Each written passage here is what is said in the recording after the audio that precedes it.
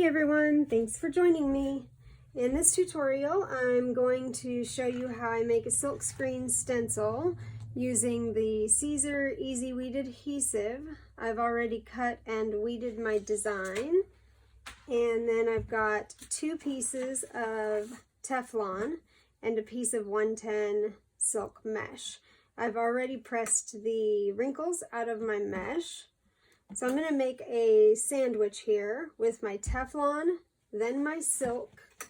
Then I'm going to place my design with the carrier sheet facing me so that the adhesive is touching the silk. And place that down on there, and then my sandwich top is another piece of the Teflon. And then I've already got my heat press preheated to 290 degrees. Going to slide this in here.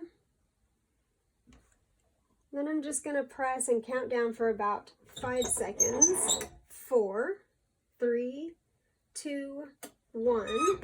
Then I'm going to lift up for just a few seconds. I'm going to go back down for another 5 seconds.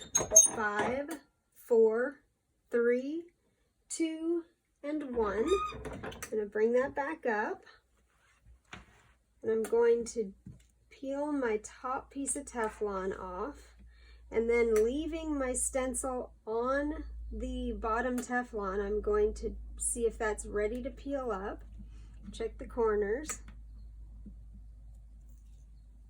and that appears to be coming. So I'm going to support my silk and my stencil by holding down on it while I gently peel this low and slow across the top of there. And I'm going to replace my top piece of Teflon. Then I'm just going to put it back in here for a few seconds. 1, 2, 3. It'll probably be 3 to 5 seconds. If your corners want to lift, then you'll know you need a few more seconds. So I can see this piece is coming, so I'm going to flip it over and again hold that in place. Peel that off. Then I'm going to flip it over. Rather than just pulling this off, I don't want to be tugging and pulling on my silk. It's still warm. So low and slow, I'm going to bring this Teflon off the top.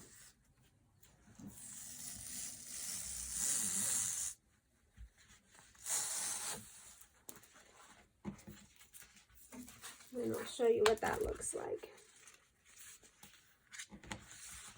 There you go. So there's my silk screen stencil with the fireworks.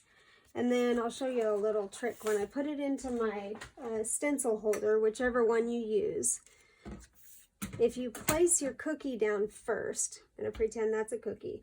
If you place your cookie down first, that will support the center of your stencil, so that your stencil won't sag down in the middle as you put your frame on.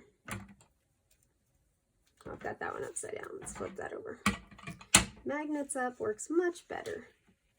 So again, your cookie is supporting your stencil in the middle so it's not sagging.